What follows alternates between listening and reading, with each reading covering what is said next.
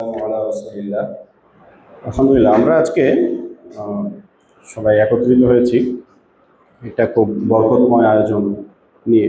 ইনশাআল্লাহ আল্লাহ তাআলা যদি কবুল করে আমরা এই আয়োজনটা প্রতি শনিবার আমরা কন্টিনিউ করবো ইনশাআল্লাহ।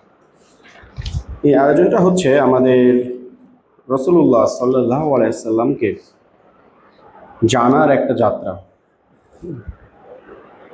এবং এই জার্নিটা একটা ইনশাআল্লাহ একটা কন্টিনিউয়াস জার্নি হবে, একটা লং জার্নি হবে ইনশাআল্লাহ। কারণ আমরা যদি রাসূল সাল্লাল্লাহু আলাইহি ওয়াসাল্লামের পুরো জীবনীর দিকে তাকাই, তাহলে আমরা দেখব যে খুব বৈচিত্র্যময় একটা জার্নি তার পুরো জীবনটা। এবং তার বায়োগ্রাফির সাথে যদি আমরা অন্যান্য সমকালীন বা আমাদের পূর্ববর্তী সময়ের অন্যান্য যত কালজয়ী অনেক মানুষ এসেছে না, আমরা যেমন নিউ মার্কেটে বা আপনি নীল খেতে যান, দেখবেন যে অনেক মোটিভেশনাল বই বিক্রি হয়, যেমন নেলসন ম্যান্ডেলার বায়োগ্রাফি এই ধরনের। তো এরকম যত বিখ্যাত মানুষগুলো আসছে, তারা হয়তো অনেক কাজ করেছে বা তারা তাদের আদর্শের জন্য অনেক কিছু স্যাক্রিফাইস করেছে, কিন্তু এই মানুষগুলোর বায়োগ্রাফির সাথে যদি আমরা আমাদের রাসূলুল্লাহ সাল্লাল্লাহু আলাইহি ওয়াসাল্লামের বায়োগ্রাফিটা রাখি, তাহলে আমরা যেটা দেখতে পাই সেটা হচ্ছে যে দ্য ভ্যারাইটি, তার লাইফের যে ডিফারেন্ট স্টেজের মধ্যে দিয়ে তিনি গেছেন, কোনো স্টেজের সাথে কোনো স্টেজের যেন মিল নেই, এবং একটা লং জার্নি। হ্যাঁ, যে একটার পর একটা ডিফারেন্ট স্টেজ বা স্টেজ তিনি ক্রস করে করে করে করে তিনি যাচ্ছেন। তো এটাই হচ্ছে মূলত রাসূল সাল্লাল্লাহু আলাইহি ওয়াসাল্লামের জীবনের অন্যতম সৌন্দর্যের দিক, যে এখানে যে ভ্যারাইটি আছে, বিভিন্ন ব্যাকগ্রাউন্ডের মানুষের জন্য, বিভিন্ন কালচারের মানুষের জন্য এখানে ফুড ফর থট আছে। এটা কোনো স্পেসিফিক একটা ব্যাকগ্রাউন্ডের মানুষের জন্য এমন না যে যারা পুরো দুনিয়ায় শোষিত, নির্যাতিত, কেবল তারা এখান থেকে কি পাবে, তাদের জন্য কোনো চিন্তার উপকরণ পাবে তা না, বরং যারা হয়তো অনেক ধনাঢ্য ব্যক্তি, আল্লাহ তাদেরকে অনেক ধন সম্পদ দিয়েছে, তাদের জন্যও এই সিরাতের মধ্যে চিন্তার উপকরণ আছে। যারা হয়তো এই দুনিয়ায় তাদের সব কিছু হারিয়েছে, ছোটবেলায় সব কিছু হারিয়েছে। অনেক সময় দেখা যায় না যে কোনো একটা অ্যাক্সিডেন্টে, ধরেন ভূমিধস বা ভূমিকম্প বা কোনো জায়গায় অগ্নিকাণ্ড হয়েছে, কি হয়েছে, কোনোভাবে একজনকে উদ্ধার করা গেছে। এই যে আমরা রিসেন্ট বন্যায় দেখলাম, অনেক ফ্যামিলিতে হয়তো একটা ছোট বাচ্চা কেবল সার্ভাইভ করেছে, পুরো ফ্যামিলি ভেসে গেছে। তার মানে কি, সেই বাচ্চাটা কি করলো, তার একদম আর্লি স্টেজ অফ লাইফ সে তার সমস্ত ফ্যামিলি মেম্বারকে হারালো। যদি আমরা চিন্তা করি এই বাচ্চা কিভাবে সার্ভাইভ করবে, কিভাবে, মানে বাবা মাই তো তাকে বড় করে না, হয়তো তার কোনো আত্মীয় স্বজন তার দায়িত্ব নিবে, কিন্তু বাবা মার পক্ষ থেকে বা তার লাইফে চলার জন্য যে টিচিংসগুলো তার দরকার ছিল, যে এথিক্স, যে মোরালগুলো তার জানা দরকার ছিল, এই বাচ্চা কিন্তু ডিপ্রাইভ হবে না। তার পরিবারে কেউই নাই তাকে শেখানোর মতো, কিন্তু যদি তাকে রাসূল সাল্লাল্লাহু আলাইহি ওয়াসাল্লামের বায়োগ্রাফিটা কানেক্ট করে দেওয়া যায় তার পুরো লাইফের সাথে, তাহলে কিন্তু এই বাচ্চাটা তার পথ পেয়ে যাবে। এটাই হচ্ছে মূলত এই রাসূল সাল্লাল্লাহু আলাইহি ওয়াসাল্লামের জীবনের সবচেয়ে মজার দিক, সবচেয়ে ইন্টারেস্টিং দিক। একজন মানুষ যে ব্যাকগ্রাউন্ডেরই আসুক এবং যে সময়েরই হোক না কেন, সে কিন্তু এই তার নিজের সময়ের সাথে, নিজের জীবনের সাথে এটাকে কানেক্ট করতে পারবে।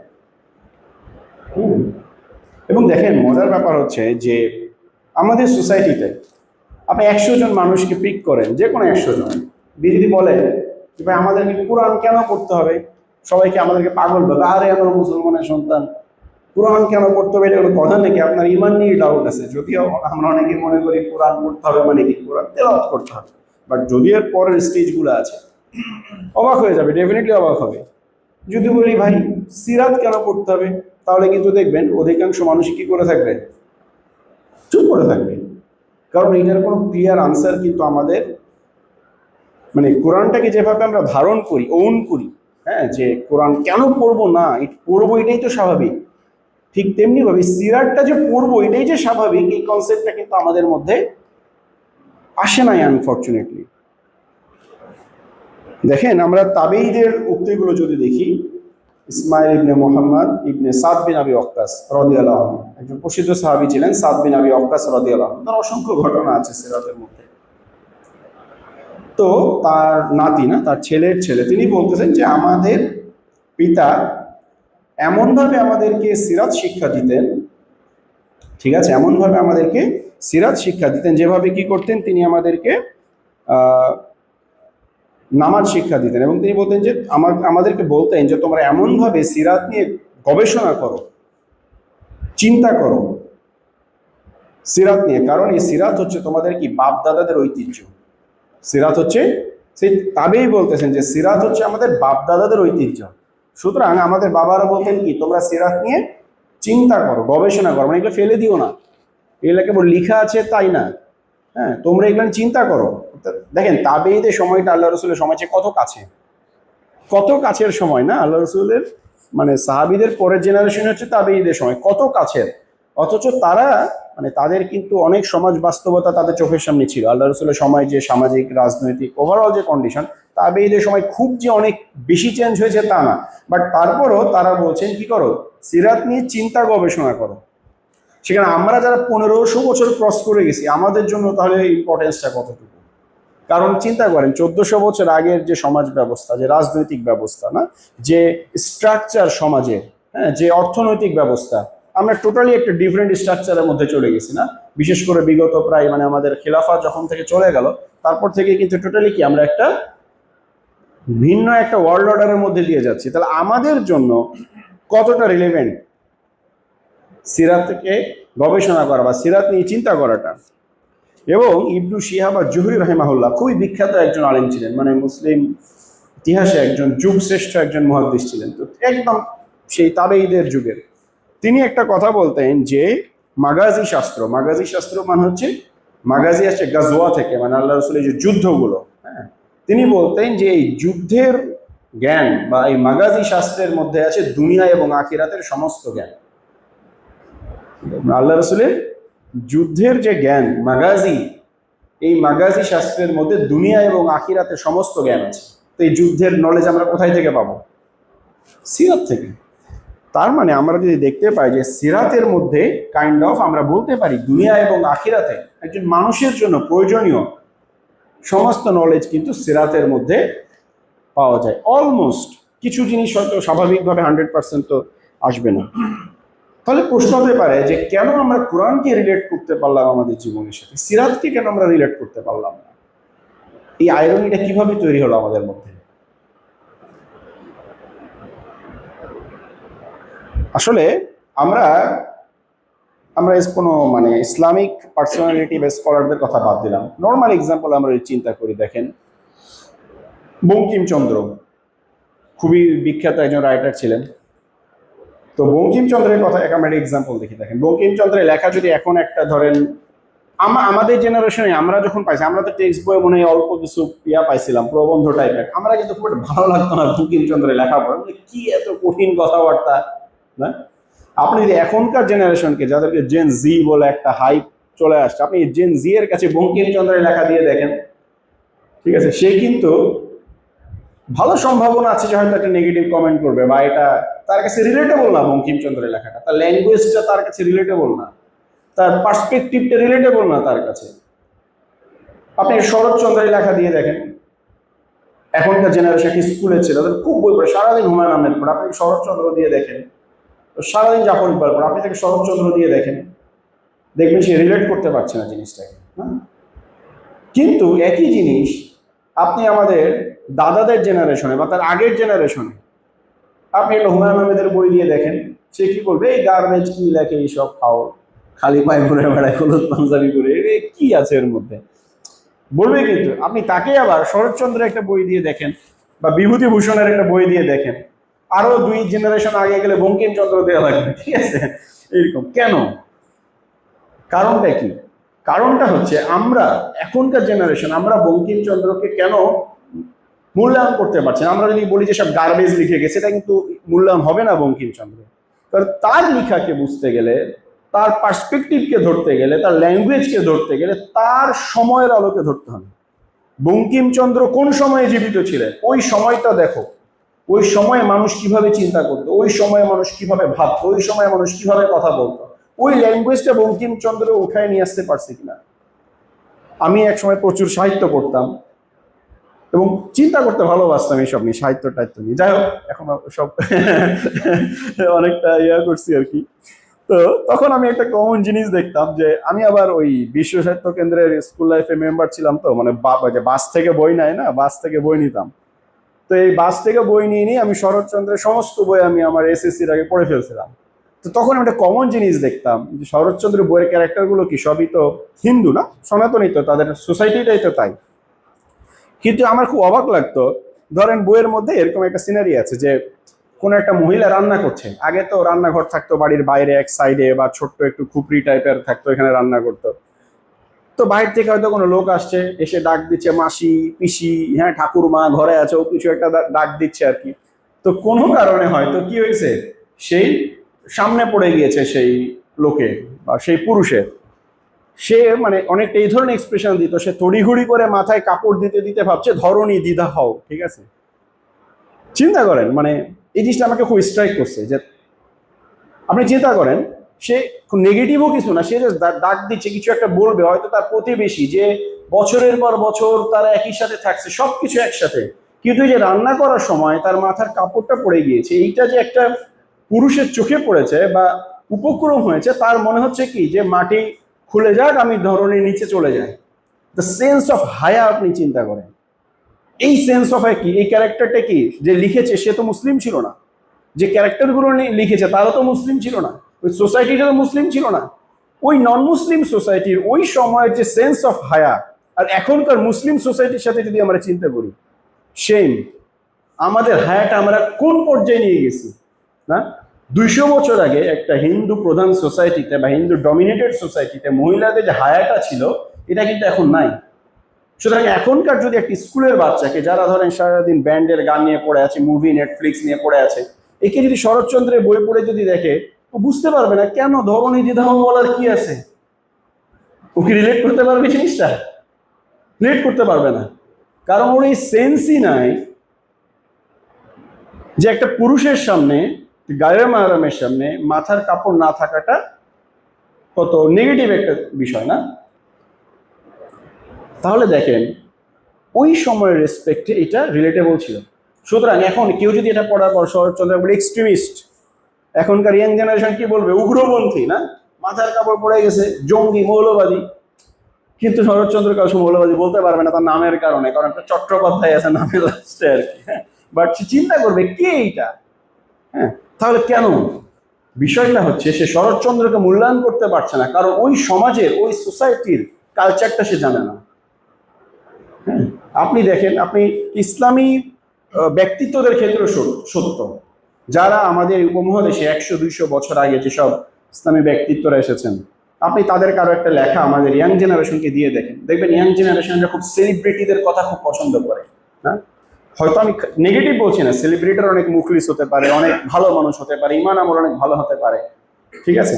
দেখেন আমি এক্সাম্পল হিসেবে বলছি, এটা কোনো নেগেটিভ অর্থে না, জাস্ট এক্সাম্পল হিসেবে। এখনকার বেশিরভাগ মানুষ, আমি আমার মেয়েকে স্কুলে আনতে গিয়েছিলাম, হ্যাঁ, ওর পরীক্ষা চলতেছে, তো দেখি এক গার্জেন আসছে ওর বাচ্চাকে ভর্তি করতে, মধ্যবয়স্ক। তো সে বিভিন্ন কোশ্চেন করছে স্কুলের অফিসে, আমি অফিসে ওয়েট করছিলাম, আমার মেয়ে বেরোলোকে নিয়ে যাব। তো সেই মধ্যবয়স্ক গার্জিয়ান সে এসে বিভিন্ন প্রশ্ন করছে, আমার বাচ্চাটা করবো, ওটা করবে। লাস্টে একটা পর্যায়ে বলছে, আমার তো ইচ্ছা আমার বাচ্চাকে আমি আজহারি হুজুরের মতো বানাইতে চাই, আপনাদের এখানে ভর্তি করলে কি সে আজহারি হুজুরের মতো হইতে পারবে? ঠিক আছে, আমি আসলে তার সামনে হেসে ফেলছি, হ্যাঁ, যে মানে একজন মেজানুর রহমান আজহারি হয়েছে কিন্তু শুধু একটা স্কুলে দিয়ে না, তাকে প্রতিষ্ঠানে ঢুকিয়ে দিচ্ছি, সে আজহারি হয়ে বের হয়ে গেছে। বিষয়টা কিন্তু এটা কোনো মেশিনের মতো না, এটার পিছনে কত মানুষের শ্রম, হ্যাঁ, তার বাবা মায়ের তাহাজ্জুদ, চোখের পানি, দোয়া, তার ত্যাগ, পরিশ্রম, সাধনা, অনেক কিছু সমন্বয়ে একটা মানুষ কিন্তু কি হয়, আল্লাহ তাকে প্রতিষ্ঠিত করে বা এই পজিশনে নিয়ে যায়। তো আমার খুব হাসি লাগলো, কিন্তু তখন আমি চিন্তা করলাম যে কেন এই মানুষটা বললো যে আমার বাচ্চাটাকে আমি আজহারি হুজুরের মতো বানাতে চাই। আজহার মিজানুর রহমান আজহারি হিসেবে আগে কি আরো বড় বড় স্কলার ছিলেন না আমাদের সোসাইটিতে? 100 বছর আগে, 200 বছর আগে ছিলেন তো। এখনকার দেখেন বেশিরভাগ জেনারেশন কিন্তু কি, ফ্র্যাঙ্কলি বলতেছি আর কি, যে যখন কয়েকদিন আগে সরকার হলো, উপদেষ্টা হবে না, এটা নিয়ে কথা হচ্ছে কে উপদেষ্টা হবে, কে উপদেষ্টা হবে। আমার খুব হাসি লাগতেছিল, প্রচুর সংখ্যক মানুষ কি বলছে যে আবু তো আদনান ভাইকে উপদেষ্টা হিসাবে দেখতে চাই, ঠিক আছে। তো মানে আমি একটু হাসছিলাম আর কি দেখে। আবার মানে ঠিক আছে, তার আবেগের জায়গা থেকে বলেছে, তাহলে দেখেন, বাট এটা তো তার রোল না, হয়তো তারা অত ডিপ চিন্তা করে নাই, বাট আবেগের জায়গা থেকে বলেছে বা ভালোবাসার জায়গা থেকে বলেছে। তাহলে দেখেন যে আবু তো আদনান বলেন বা মিজানুর রহমান আজহারি বলেন, হাফিজাউল্লাহ, তাদেরকে মানুষ যেভাবে রিলেট করতে পারছে, 100 বছর আগের একজন আলেমের একটা বই দেন, দেখবেন যে কিন্তু ভাবে কি করতে পারবে না, সহজে রিলেট করতে পারবে না। হ্যাঁ, আশরাফ আলী থানভী রহমতুল্লাহ আলাইহি, তার একটা বই আপনি একটা ইয়াং জেনারেশনের কাছে দেন, যদি তার দিনের বুঝ আগে থেকেই না থাকে বা ফ্যামিলি প্র্যাকটিসিং না হয়, এটা মনে করেন জাহেল একটা ছেলেকে আপনি দিলেন, ধরেন জাহেল এই সেন্সে যে ধরেন আমি নেগেটিভলি বলছি না, যে সে প্র্যাকটিস করছে না, সে কিন্তু রিলেট করতে খুব কষ্ট হবে অনেক ক্ষেত্রে। আমি বলবো না যে সে পারবেই না, বাট ভালো সম্ভাবনা আছে। কেন? অথচ আমরা যদি তাকওয়ার দিক থেকে চিন্তা করি, আমলের দিক থেকে চিন্তা করি, বা লং টার্মে তাদের কাজকর্মের দিকে তাকাই, তাহলে দেখবো যে তারা এক একজন কত মহিরুহ সমান ব্যক্তিত্ব ছিলেন এক একজন। কিন্তু আমাদের জেনারেশন কি করছে না, তাদের তাদের কাছ থেকে তাদেরকে মূল্যায়ন করতে পারছে না। কারণটা কি? ওই যে যেটা বললাম, যে তাদের কাজকে মূল্যায়ন করতে হলে তাদের সময়ের প্রেক্ষাপটে মূল্যায়ন করতে হবে। ওই সময়ের প্রেক্ষাপটে, ওই সোসাইটিতে, ওই কালচারের প্রেক্ষাপটে তিনি যেটা লিখলেন এখন এটা ঠিক আছে কিনা, বা ওই টাইমের রেসপেক্টে তিনি সফল কিনা। সমস্ত মানুষের ক্ষেত্রে আমাদের এটা দুনিয়ায় সত্য। আজকে আমরা যে কথা বলছি, 100 বছর পর যদি ধরেন এই রেকর্ডিংটা কাউকে শোনানো হয়, সে হাসবে, সে হাসতেও পারে এটা শুনে। 100 বছর আগে মানুষ কি চিন্তা করতে হবে, কি কথা বলছে এটা নিয়ে আবার আগে শুনতেও যেত কিছু মানুষ, হাসতে পারে, কারণ 100 বছর পর এটা রিলেভেন্স থাকবে না, না? সব কিছুই তাই। এবং মজার ব্যাপার হচ্ছে জানেন, এই জিনিসটা শুধু মানুষের ক্ষেত্রে না, এটা জাগতিক বিষয় সত্য। প্রযুক্তির ক্ষেত্রে দেখেন, আমি ডক্টর জাকির নায়েকের একটা ইন্টারভিউ শুনতেছিলাম, তো উনি বলতেছে যে আমরা যখন পিস টিভি উনি প্রথম শুরু করলো, তখন উনি চিন্তা করছে, যখন ক্যামেরা কেনা লাগবে না একটা টিভি চ্যানেল খুলতে হলে, তো উনি চিন্তা করছে যে এক্সিস্টিং যে ক্যামেরা আছে, গোটা দুনিয়ার যেটা শ্রেষ্ঠ ক্যামেরা, এই ক্যামেরাটা কি হবে এখন থেকে 50 বছর পরে, এই ক্যামেরাটা কি শ্রেষ্ঠ ক্যামেরা থাকবে না, এরপরেও কি আরো অনেক লেটেস্ট ভার্সন আসবে, আরো কোয়ালিটি বেটার হবে।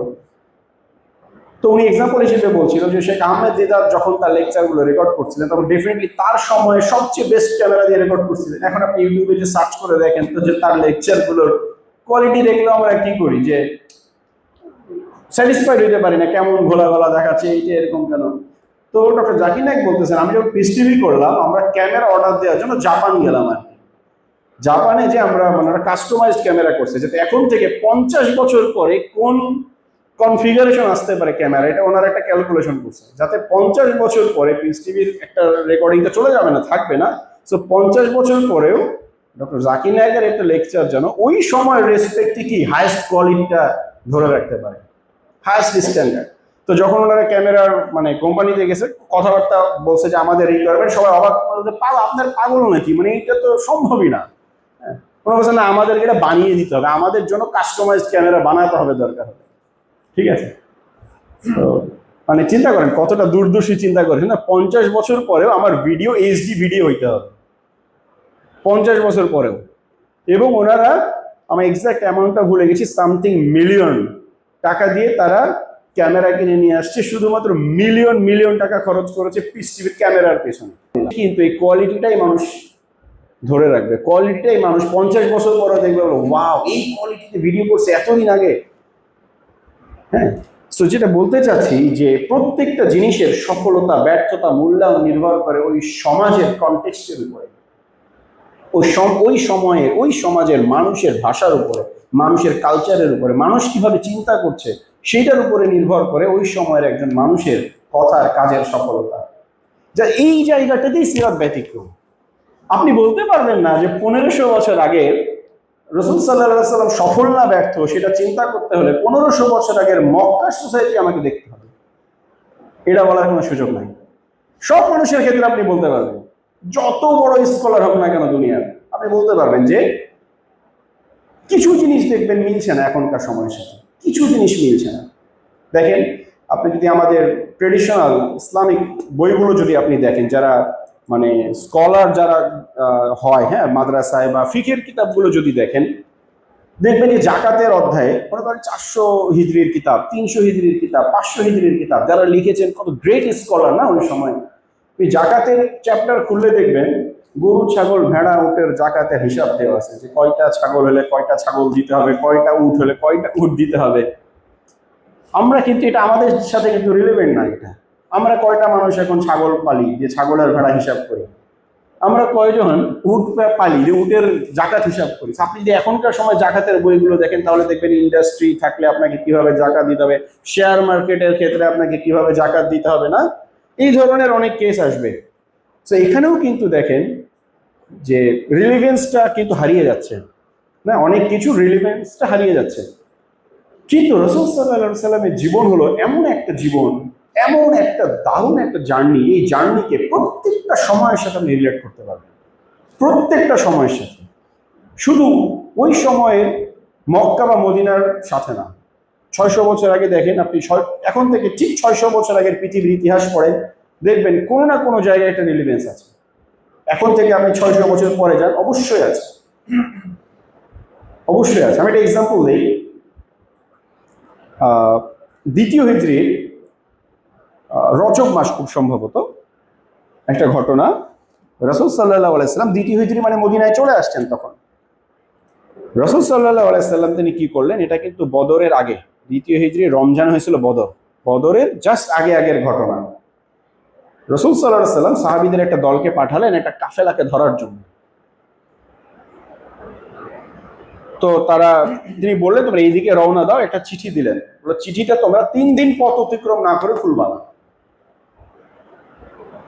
তো এই কাফেলার নেতা ছিলেন আব্দুল্লাহ ইবনে জাহাশ রাদিয়াল্লাহু আনহু। তো পাঠালেন, তিনি 3 দিন পথ অতিক্রম করার পর চিঠিটা খুললেন। খোলার পর বলা হলো যে তুমি অমুক জায়গায় যাওয়ার পরে দেখবা যে একটা কাফেলা যাচ্ছে কুরাইশদের, কাফেলাটাকে কি করতে হবে, সিজ করতে হবে। তো তারা যখন গেলেন কাফেলাটা দেখতেও পেলেন, কিন্তু তখন হচ্ছে রজব মাসের শেষ দিন, একেবারে একদম শেষ দিন। তো এটা একটা হারাম মাস, না হারাম মাস। এই মাসে কি করা, কোনো যুদ্ধ বিগ্রহ এগুলো তো নিষেধ। এই জিনিসটা কিন্তু কুরাইশরা আগে থেকে মেনটেন করতো, রাসূল সাল্লাল্লাহু আলাইহি ওয়াসাল্লামের নবুয়তের আগে থেকেই তারা এটা মেনটেন করতো। তো এখন আব্দুল্লাহ ইবনে জাহাশ চিন্তা করলেন যে যদি আমি একদিন ওয়েট করি তাহলে কি কালকেই আমি কি করতে পারবো, হারাম মাসটা শেষ হয়ে যাবে, আমি অ্যাটাক করতে পারবো। আবার একদিন ওয়েট করলে কাফেলা কি করবে, পার হয়ে চলে যাবে, কারণ একদিন তো পিছন পিছন যেতে পারবে না, তারা তো বুঝে নিবে না। সো ধরতে গেলে এখনই অ্যাটাক করতে হবে, ওয়েট করা যাবে না। তিনি কি করলেন, অ্যাটাক করলেন কাফেলাকে। ঠিক আছে, কাফেলাকে অ্যাটাক করলেন এবং কাফেলা সিজ করলেন। কিছু মানুষ পালিয়ে গেল, কিছু মানুষ ধরা পড়লো, এবং যে টাকা পয়সাগুলো নিয়ে যাচ্ছিল তারা, সম্পত্তি ছিল, সব কিছু নিয়ে আসলেন তার। এবং তিনি তো খুব খুশি, আল্লাহ রসুলের একটা অর্ডার পালন করেছেন। তিনি বললেন যে আমি এগুলা গনিমত হিসাবে নিয়ে আসছি, কাফেলা সিজ করা হয়েছে।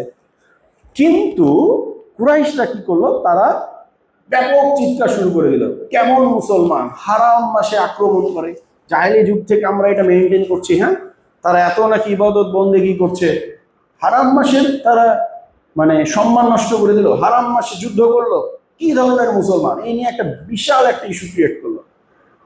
আর মক্কায় যখন ইস্যুটা তৈরি হয়ে গেল তখন মদিনার মুনাফিক যারা ছিল তারাও একটা ইস্যু হয়ে গেল, তারাও কথা তুলে ফেললো, হ্যাঁ এত শান্তির বাণী শোনাই, আবার কি করে হারাম মাসে যুদ্ধ করে, আমাদের বাপদাদারও এই কাজ করার সাহস পায় না। ঠিক আছে, তখন আল্লাহ সুবহানাহু ওয়া তাআলা সূরা বাকারার আয়াতটা নাযিল করলেন যে তারা তোমাকে হারাম মাসে যুদ্ধ করা সম্পর্কে জিজ্ঞাসা করে। হ্যাঁ, হারাম মাসে যুদ্ধ করা অপরাধ, কিন্তু যারা মানুষকে মসজিদুল হারাম থেকে বা কাবা থেকে যারা মানুষকে কি করে, প্রবেশাধিকারে বাধা দেয়, মানুষের নামাজ আদায় করতে বাধা দেয়, বা মানুষকে তাদের ঘর বাড়ি থেকে বিতাড়ন করে, হত্যা করে, এই ধরনের একটা আয়াত আছে, এটা তার চেয়েও জঘন্য অপরাধ।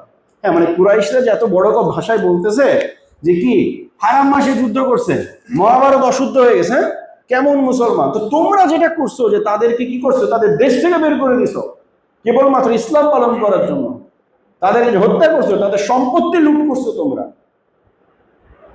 ঠিক আছে না, তাদেরকে মানে পরিবার থেকে বিচ্ছিন্ন করে দিয়েছো তোমরা, এটা তার চেয়েও জঘন্য অপরাধ।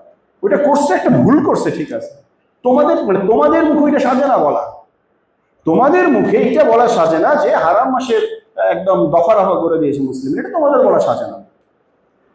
এই আয়াত যখন নাজিল হলো, আল্লাহ রাসূল কি করলেন, এই গনিমতগুলো ফেরত দিয়ে দিলেন, এবং আব্দুল ইবনে জাহাশকে আর কেউ কোনো কথা বলার আর স্কোপ থাকলো না। আল্লাহ সুবহানাহু ওয়া তাআলা তাকে দায় মুক্তি দিলেন, ঠিক আছে ভুল করে ফেলছে, কিন্তু তোমাদের এই ভুল ধরা সাজে না। এখনকার সময় রেসপেক্ট একটু দেখেন তো, যারা ফিলিস্তিনে লক্ষ লক্ষ মানুষকে মারছে না, ছোট ছোট বাচ্চা স্কুলে যাচ্ছে, বউ ফেলে মেরে ফেলছে, কোনো কারণ নাই। হসপিটালে কি বলছে, হসপিটালের নিচে হামাসের সুড়ঙ্গ আছে, হসপিটালের মধ্যে বোম্বিং করছে, আনইমাজিনেবল। হসপিটালের মধ্যে বোম্বিং করছে, ছোট বাচ্চারা খেলছে বাড়ির সামনে, সেখানে বোম্বিং করছে। লক্ষ লক্ষ মানুষ কি তাদের রক্ত তাদের হাতে লেগে আছে, আর তারা কিনা কি বলতেছে, ও গণতন্ত্র চাচ্ছে না, এরাই হলো জঙ্গিবাদ, না এরাই হচ্ছে উগ্রবাদ। অথচ তাদের হাতে কিন্তু লক্ষ লক্ষ মানুষের রক্ত, কিন্তু তারা এই রক্তটা দেখতে পাচ্ছে না। যারা কেবলমাত্র আল্লাহর আইন চাচ্ছে, আল্লাহর শাসন চাচ্ছে, বলা হচ্ছে কি তারাই নাকি উগ্রবাদ। রিলেট করেন তো ঘটনাটার সাথে। ইভেন কোন মুসলিম, ঠিক আছে, কোন ইসলাম কোন মুসলিমের জন্য কি করে না, কোন অন্যায় কাজ করার সাপোর্ট করে না। একটা অন্যায় সে যত ভালো মুসলিমই করুক, যদি এটা খারাপ, এটা খারাপ। ধরেন একটা মুসলিম কি করলো, কোন একটা কবিরা গুনাহ করে ফেলল, ফাসিকি কাজ করে ফেলল, এই কথাটা তাকে মানে অবমাননা করা, তাকে গালি দেয়া, তাকে তুচ্ছ তাচ্ছিল্য করার কোনো রাইট ধরেন একজন আমেরিকানের নাই, যে এই জেনোসাইডকে সাপোর্ট করে। রিলেটেবল। আব্দুল ইবনে জাহাজকে এসে কি বলছিল, এই শেষ, বাপদাদার ঐতিহ্য নষ্ট করে ফেলছে, উগ্রবাদী, মৌলবাদী। কিন্তু তাদের নিজেদেরই হাতে রক্ত লেগে আছে, এটা আল্লাহ বলে দিল কোরআনের মধ্যে।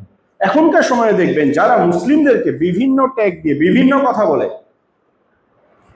কি বলে যে মুসলিমরা এই করছে, মুসলিমরা সেই করছে, হ্যাঁ এদের জন্য মানে মানবতা আজকে হুমকির মুখে, এদের জন্য সমাজের শান্তি শৃঙ্খলা হুমকির মুখে।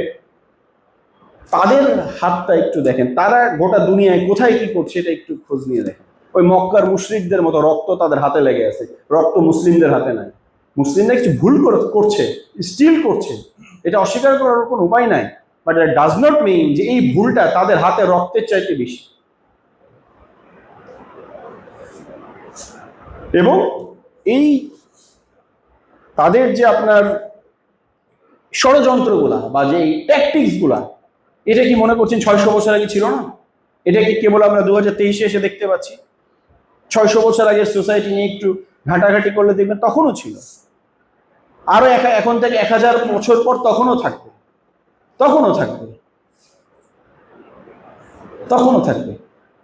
সেদিন কথা হচ্ছিল ভাইয়ের সাথে যে আম্মার ইবনে ইয়াসির রাদিয়াল্লাহু আনহু, কি ইয়াসির রাদিয়াল্লাহু আনহু ইসলামে যে শহীদ করে দেওয়া হয়েছিল সুমাইয়া রাদিয়াল্লাহু আনহা এবং তার হাজবেন্ড ইয়াসির রাদিয়াল্লাহু আনহু, প্রচন্ড টর্চার করা হচ্ছে, কি তারা শহীদ হয়ে গেলেন একটা পর্যায়ে।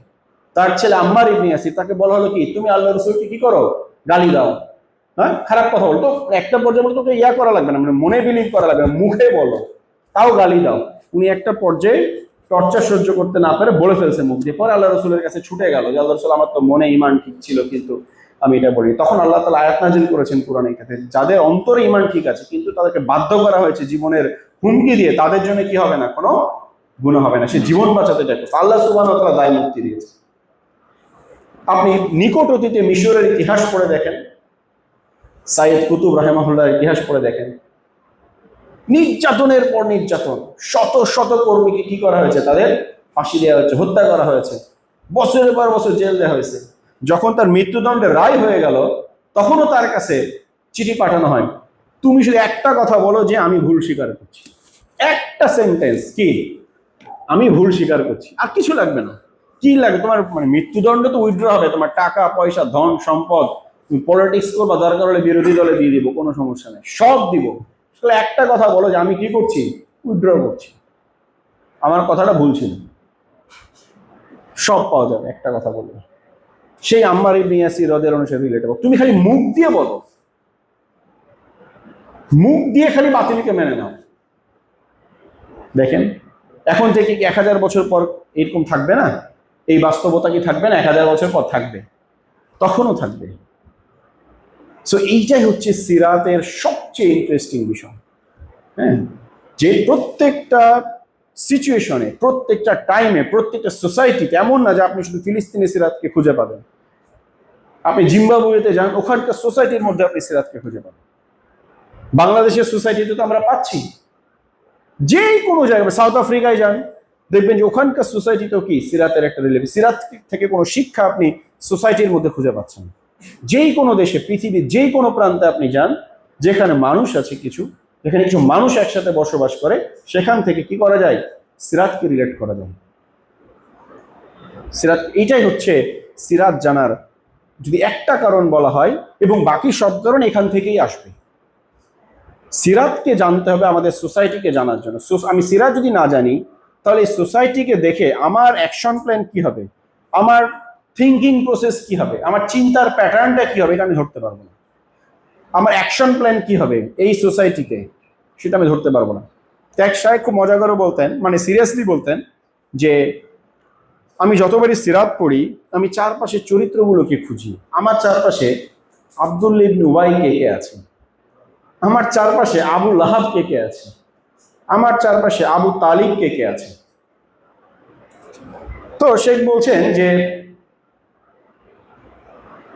মানে একবার ওনাকে প্রশাসনিক কিছু ঝামেলা করা হয়, পরবর্তীতে ওনাকে নিয়ে যাওয়া হয়েছে জিজ্ঞাসাবাদের জন্য। তো যে জিজ্ঞাসাবাদ করছে উনি ছিলেন একজন হিন্দু অফিসার।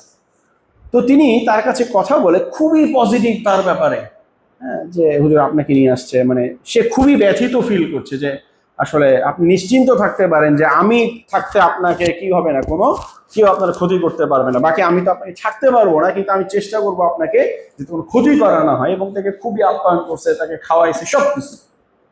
তো তিনি বললেন যে আমি আবু তালিবকে খুঁজে পাইছি ওইখানে গিয়ে। ঠিক আছে, যে হয়তো কি আমার দিনকে মেনে নেয়নি, আমার কাছে অনেক শুনতো, হুজুর আপনারা যে এটা বলেন, এটা বলেন, এটা সত্য, এটা আসলে কি, এটা আসলে কি। তো তিনি বলছেন আমি আবু তালিবকে খুঁজে পেয়েছি ওখানে গিয়ে। আমি অনেক গণ্যমান্য হোমরা চোমরা ইসলামী ব্যক্তিত্বদের মধ্যে আমি আব্দুল্লাহ ইবনে উবাইকে দেখেছি, আব্দুল্লাহ ইবনে উবাইকে দেখছি। অনেক সেলিব্রিটিদের মধ্যে আমি আবু জাহালকে খুঁজে পেয়েছি। সে এভাবে বলছে আমি আব্দুল্লাহ ইবনে উবাই যেমন খুঁজে পেয়েছি, আবু জাহালকেও আমি খুঁজে পেয়েছি। এখনকার সোসাইটিতেও পাওয়া যাবে। এই যে সর্বশেষ যেটা আমরা 24শে স্বাধীনতা যুদ্ধ বলছি, এটার দিকে তাকান, এখানেও আব্দুল্লাহ ইবনে উবাই আছে, এখানেও কিছু আবু জাহাল আছে, এখানেও কিছু আবু লাহাব আছে, এখানেও কিছু মুসাব বিন উমায়ের আছে, এখানেও কিছু হামজা রাদিয়াল্লাহু আনহু আছে, এখানেও আছে, সামনেও যদি কিছু হয় সেখানেও থাকবে। এটাই হচ্ছে সিরাতের প্রাসঙ্গিকতা। আমরা যদি হামজা রাদিয়াল্লাহু আনহু কিভাবে জীবন দিয়েছিল এটা যদি না জানি, কেন দিয়েছিল, কোন আদর্শের জন্য দিয়েছিল না জানি, তাহলে 24শে যারা হামজা রাদিয়াল্লাহু আনহুর আদর্শের জন্য জীবন দিয়েছে তারা কেন দিয়েছে, তাদেরকে আমি মূল্যায়ন করতে পারবো না। 24শে হামজাকে আমি আব্দুল্লাহ ইবনে উবাই ভেবে ভুল করতে পারি, 24শে আব্দুল্লাহ ইবনে উবাইকে আমি হামজা ভেবে ওভার এস্টিমেট করতে পারি, যদি আমি না জানি যে অ্যাকচুয়ালি আব্দুল্লাহ ইবনে উবাইয়ের কি ভূমিকা ছিল, হামজা রাদিয়াল্লাহু আনহুর কি ভূমিকা ছিল। তাহলে আমি এখনকার সোসাইটিতেও মানুষকে মূল্যায়ন করতে পারবো না। এটা বলতো না। তো এখানে হচ্ছে আসলে সিরাতের সবচেয়ে মানে রিলেভেন্সটা এখানেই, সবচেয়ে গুরুত্বপূর্ণ রিলেভেন্সটা এখানে। সিরাত আমাদেরকে সমাজকে চিনতে শেখায়, মানুষকে চিনতে শেখায়। অসংখ্য ঘটনা, আমাদের এই জার্নিটা যদি আমরা কন্টিনিউ করি, আল্লাহ তৌফিক দেয়, তাহলে আমরা দেখবো যে পদে পদে অসংখ্য ঘটনা আছে আমাদের সোসাইটির সাথে রিলেভেন্ট, আমাদের সোসাইটির সাথে রিলেভেন্ট। আপনি একটা বিষয় দেখেন, যে বিষয় তো লম্বা হয়ে যাচ্ছে, আমি শেষ করব। ওয়ারাকা ইবনে নাওফাল কে ছিলেন? খাদিজা রাদিয়াল্লাহু আনহার কাজিন ছিলেন, না? অনেক বিখ্যাত পণ্ডিত ব্যক্তি ছিলেন। কি করতেন তিনি? তাওরাত ইনজিলের বিশাল জ্ঞান রাখতেন, অনেক বড় পণ্ডিত মানুষ ছিলেন। কিন্তু তিনি কিন্তু এই পূজা টুজা করতেন না, মানে মূর্তি পূজার সাথে লিপ্ত ছিলেন না। তো কুরাইশরা তাকে প্রচন্ড সম্মান করতো, কারণ তখন মক্কায় অল্প কিছু মানুষ খালি লেখাপড়া জানে না, তিনি রিসার্চার ছিলেন, তাওরাত ইনজিলে গবেষণা করতেন। যে অল্প কিছু মানুষ এতটা শিক্ষিত ছিলেন, মানে এখনকার সময় হিসাবে ধরেন পিএইচডি হোল্ডার, ঠিক আছে? ওয়ারাকা ইবনে নাওফাল পিএইচডি হোল্ডার ওই সময় মক্কায়, ঠিক আছে? তো বাকি সবাই ধরেন এসএসসি পাস আমরা, ঠিক আছে? না, একজন এসএসসি পাসের সাথে আপনি বা ক্লাস 5 পাসের সাথে আপনি পিএইচডি হোল্ডারের কম্পেয়ার করেন, বিষয়টা অনেকটা সেই রকম আর কি। সবাই খুব রেসপেক্ট করে, কিন্তু তিনি কিন্তু কুরাইশদের ওই বেদিতেও পূজা দিতে যায় না, কুরাইশদের সাথে মানে দেব দেবীর জন্য কোনো কিছু মানত করে না, কিছুই করে না। উনি সারাদিন ঘরে বসে বসে তাওরাত ইনজিলে রিসার্চ করে। তাকে কুরাইশরা কি প্রচন্ড পরিমাণে সম্মান করতো, রেসপেক্ট করতো। দেখেন রাসূল সাল্লাল্লাহু আলাইহি সাল্লাম তিনিও কি করতেন, তিনি কোনোদিন পূজা টুজা করেন নাই, কিন্তু তাকে মারতে গেল কেন? তাকে কেন বাড়ি থেকে বের করতে গেল? দেশ ছাড়া করলো। দেশ ছাড়া কোনো শান্ত হয়নি, মদিনাতেও গিয়েছে মারার জন্য। ওয়ারাকা ইবনে নাওফালও কোনো কিছু করে নাই, আল্লাহ রসুলও কোনো কিছু করে নাই। পার্থক্যটা কোথায় তাহলে? ওয়ারাকা ইবনে নাওফালকে এত সম্মান দিয়ে মাথায় তুলে রাখতো, আল্লাহ রসুলকে কেন দেশ ছাড়া করলো? কারণ ওয়ারাকা ইবনে নাওফাল সারাদিন ঘরে বসে রিসার্চ করছে। উনি কিন্তু বলে নাই যে তোমরা এই কাজটা করো না, এটা ভুল হচ্ছে। উনি জানতো যে কুরাইশদের কাজটা ভুল, ভুল দেখেই তো যায় নাই না, ভুল দেখেই তো যায় নাই, কিন্তু উনি একবারে বলে নাই যে এটা করো না। এটা তার নেগেটিভ হিসাবে আমি বলতেছি না, কারণ ওয়ারাকা ইবনে নাওফালের ব্যাপার অনেক স্কলাররা বলেছেন যে তিনিও সাহাবী। কারণ কি, যখন খাদিজা রাদিয়াল্লাহু আনহা নিয়ে গেল আল্লাহ রসুলকে, ওই আসার পরে তিনি তো কাঁপতেছেন, প্রচন্ড টেনশনে, না কি হয়েছে উনি বুঝতে পারছেন না। যখন নিয়ে গেলেন তখন তিনি বললেন যে আপনার কাছে তো সেই ফেরেশতা আসছে যেই ফেরেশতা আসছিল মুসার কাছে। অর্থাৎ তিনি তার তাওরাত ইনজিলের নলেজ থেকে বুঝতে পারলেন যে এটা সেই ফেরেশতা যেই ফেরেশতা আল্লাহর পক্ষ থেকে আসে। এবং তিনি বলেছিলেন যে এক সময় আপনার মানুষ আপনাকে বের করে দিবে দেশ থেকে। আল্লাহ রাসূল বাবা আমাকে এত ভালোবাসে, আমাকে বের করে দিবে? বলে হ্যাঁ, কিন্তু ওই দিন যদি আমি আপনার কাছে থাকি তাহলে আমি আপনার পাশে দাঁড়াবো। তার মানে কি, তিনি এই মেসেজকে বিশ্বাস করেছিলেন মন থেকে, মেসেজটা সত্য। তিনি হয়তো লা ইলাহা ইল্লাল্লাহ মুহাম্মাদুর রাসূলুল্লাহ পড়েন নাই এইভাবে, বাট এই মেসেজটাকে তিনি মনের মধ্যে ধারণ করেছিলেন যে আমি আপনার পাশে দাঁড়াই, এই আদর্শের সাথে আমি আছি। কিন্তু এর কিছুদিন পরে তিনি মারা যান। তো এই জন্য অনেক স্কলাররা বলছেন তিনি সাহাবী, তিনি মুসলিম। ওয়ারাকা ইবনে নাওফাল রাদিয়াল্লাহু আনহু। এটা আমি নেগেটিভ হিসেবে বলছি না, কারণ কোনো সাহাবীদেরকে এই নেগেটিভ কথা বলা এটা ইমানের প্রশ্ন দেখা দিবে, হ্যাঁ কোনো সাহাবী, বাট এক্সাম্পল হিসেবে বলছি। আর স্বাভাবিক, কারণ ওয়ারাকা ইবনে নাওফালের কাছে তখন ঐশ্বরিক নির্দেশনা বা ওহী তো ছিল না, তিনি তো বুঝবেন না যে কি বলতে হবে। না, আল্লাহ রসুলের কাছে যখন ওহী আসছে তিনি বলেছেন। ওয়ারাকা ইবনে নাওফাল তো জানতেন না, তখন তো কোনো মানে কিতাব ছিল না বা ওহী ছিল না। বাট হোয়াট এভার, তিনি কি তাকে কুরাইশ এত সম্মান করতো, তিনি নিষেধ করেন না, তিনি সারাদিন রিসার্চ করতেন, রিসার্চ থেকে বুঝতে পেরেছিলেন এটা ভুল, কিন্তু তিনি আগ বাড়িয়ে কিছু বলতে যান না। ওই সময় আরেকজন মানুষ ছিল, মানুষের নামটা আমি একটু দেখিনি, আমি নামটা ভুলে গিয়েছি, নামটা বললে আপনারা একটু মজা পাবেন। আচ্ছা, আমি এটা বলে শেষ করবো, লেন্দি হয়ে যাচ্ছে অনেক আর কি। হ্যাঁ,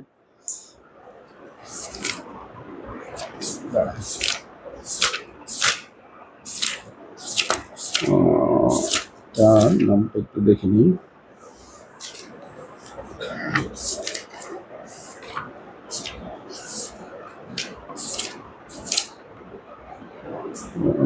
ইতিহাস পড়ে আসবে।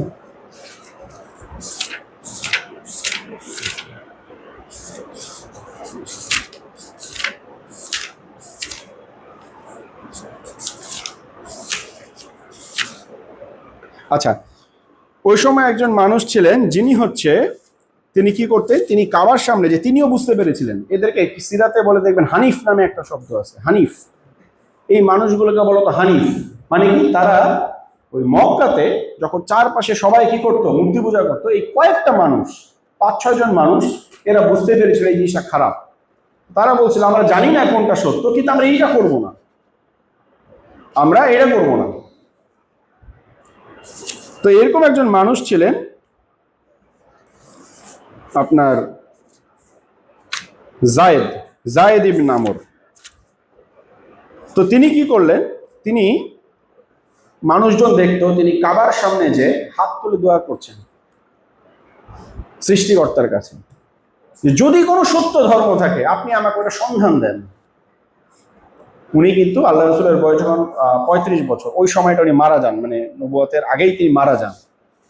কিন্তু ওই সময় তিনি দোয়া করতেন যদি কোনো সত্য ধর্ম থাকে। এবং তিনি কি করতেন, তার সামর্থ্যের মধ্যে কুরাইশরা যখন কোনো বাচ্চাকে কবর দিত, তিনি যে ওদেরকে উদ্ধার করে নিয়ে আসতেন, ওকে মায়ের অনেকে আমি পালবো ওকে। এভাবে 100-র বেশি বাচ্চাকে তিনি কি করছিলেন, অভিভাবকত্ব নিয়েছিলেন, যে আমি ওকে পালবো, তোমরা যদি রিজিকের ভয় বাচ্চা মেরে ফেলে আমাকে দিয়ে দাও, আমি পালবো।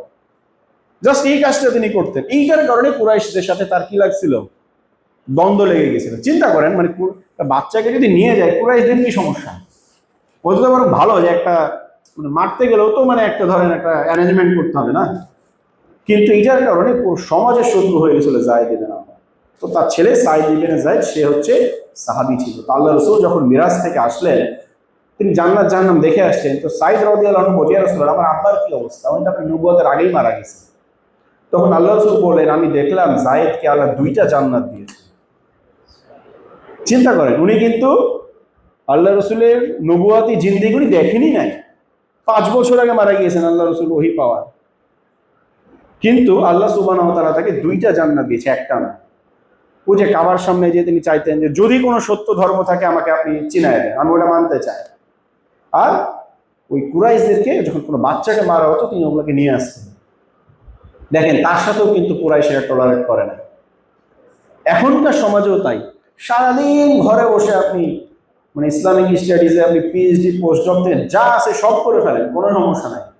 আপনাকে আরো ফান্ডিং করা হবে যে তুমি আমেরিকায় আসো, অমুক জায়গায় আসো, আরো বড় বড় রিসার্চ করো। হ্যাঁ, আমাদের টিমে কি লাগবে? রিসার্চার লাগবে, পিএইচডি হোল্ডার লাগবে, কোনো সমস্যা নাই। কিন্তু যখন একটা অ্যাপ্লিকেশনটা নিয়ে কথা বলতে যাবেন, তখনই কিন্তু সমস্যাটা বাড়বে। এবং এটাই হচ্ছে সিরাতের প্রাসঙ্গিকতা বোঝার জন্য জরুরি যে আল্লাহ রাসূল সাল্লাল্লাহু আলাইহি ওয়াসাল্লামের পুরো জীবনটা কেন, কোন প্রেক্ষাপটে, কেন এত স্ট্রাগল হলো তার জীবনের মধ্যে। তার কাছে তো আল্লাহর পক্ষ থেকে অফার ছিল, কেন এত স্ট্রাগলের মধ্যে দিয়ে যেতে হলো তাকে। তাহলে আমরা যারা এখনকার সোসাইটিতে সামনে যারা আসবে, যারাই আমরা ক্লেম করবো আমরা আল্লাহ রসুলকে ফলো করতে চাচ্ছি, আমাদের জীবনটাকে একই রকম স্ট্রাগলের মধ্যে দিয়ে যাচ্ছে কিনা, যাই তাহলে কেন যাচ্ছে, না গেলে কেন যাচ্ছে না। এবং আমাদের সমকালীন সোসাইটিকে, আমাদের কালচারকে, আমাদের হিস্ট্রিকে রিড করার জন্য, রিলেট করার জন্য এখন আমি কি করব, 1400 বছর আগে আল্লাহ রসুল কি করেছিল, আর এখন তাহলে এই সিচুয়েশন আমি কি করব, এইটা বোঝা, এই অ্যাকশন প্ল্যানটা বের করা।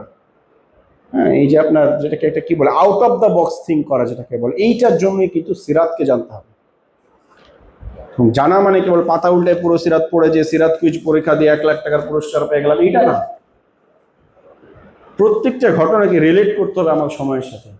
এই আব্দুল্লাহ ইবনে উবাইটাকে, এই আবু জাহালটাকে, এই মুসাব বিন উমাইরটাকে রাদিয়াল্লাহু আনহু যদি আমরা করতে পারি, ইনশাআল্লাহ আমাদের সিরাত জানাটা সার্থক হবে ইনশাআল্লাহ।